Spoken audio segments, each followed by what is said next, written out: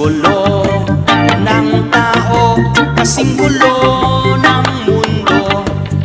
At dahil di magkasundo sa relihiyon at prinsipyo, nagkagulo. Yes, man. Ang bayan ko sa Cotabato, kasing gulo ng isip ko. Di alam kung saan nanggaling, di alam kung saan patungo. Kapatid sa kapatid, laman sa laman, sila ang naglalaban. Di ko alam ang dahilan ng gulo.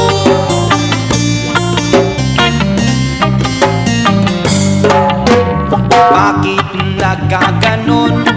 Ang sagot sa tanong ko, bakit kayo nag-away? Bakit kayo nagkagulo? Prinsipyo mo'y igagalang ko kung ako'y iyong nerespeto. Kung magtulungan kayo, di sana magulo ang bayan ko.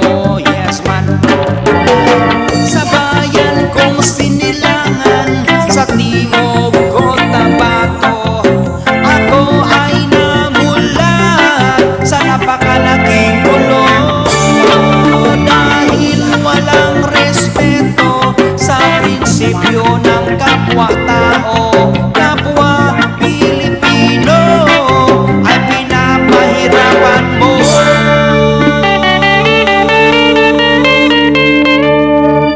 Ang gulo.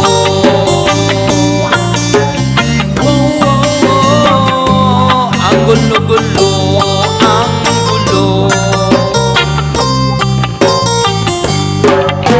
Ako'y nananawagan, humihingi ng tulong nyo. Kapayapaan ay bigyan ng daan, kapayapaan sa bayan ko. Bakit kailang maglaban? Magkapatid kayo sa dugo.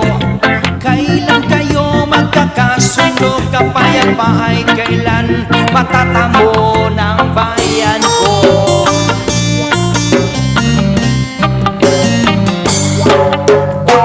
Kung ako'y may maitutulong, tutulong ng buong puso.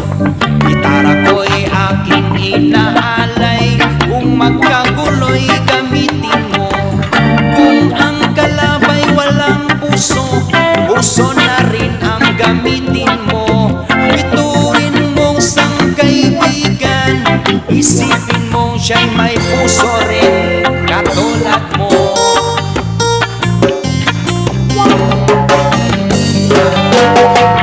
Sa bayan kong